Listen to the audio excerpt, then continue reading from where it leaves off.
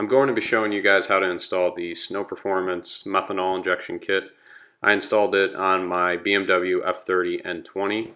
I took a mixture of pictures and videos during the install, so you'll hear me talk over some of these pictures here. I'm going to walk you through the install steps, and hopefully this will help you install it on your vehicle. Alright, your first step is to get the methanol injection kit.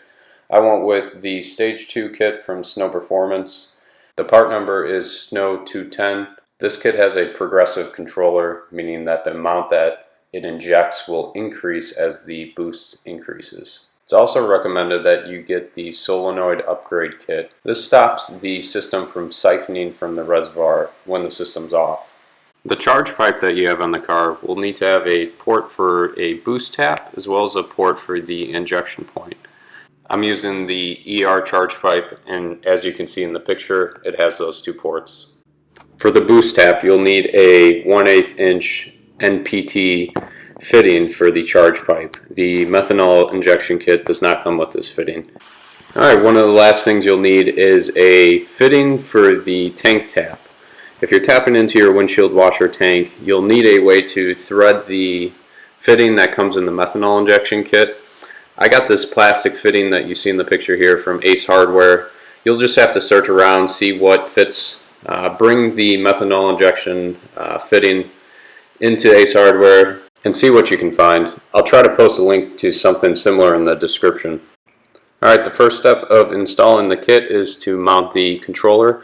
I chose this little cubby here. It's out of the way. I didn't have a gauge pod to mount this up on the dash.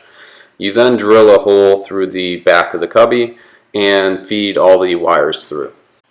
You can then drill a hole through the rubber boot in the firewall and feed the green wire and the black hose through the firewall.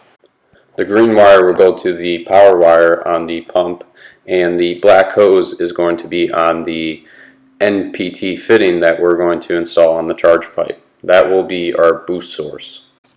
Before we finish installing everything up front, now's a good time to finish installing the controller.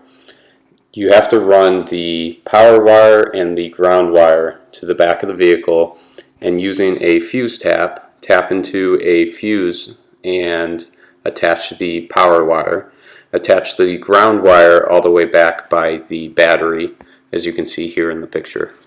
Jumping back up front, we have the pump mounted on the driver's side in the wheel well.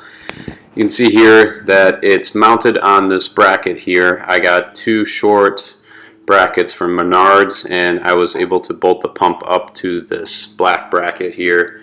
The red hose is ran from the passenger side where the windshield washer tank reservoir is up into the solenoid, which then goes into the pump. Then the pump has the other red hose coming out of it, and that will attach to our nozzle in the charge pipe. Alright, we're almost done installing the kit.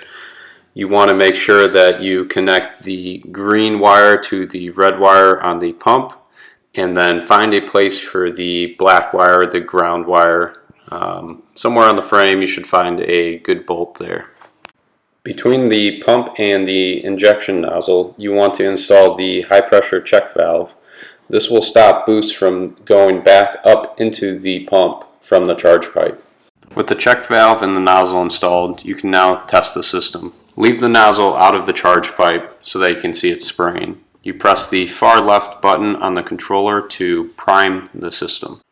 The very last step is to install the nozzle into the charge pipe.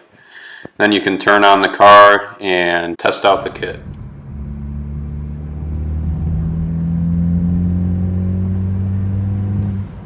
Thank you for watching. Subscribe if you would like to see more videos like this.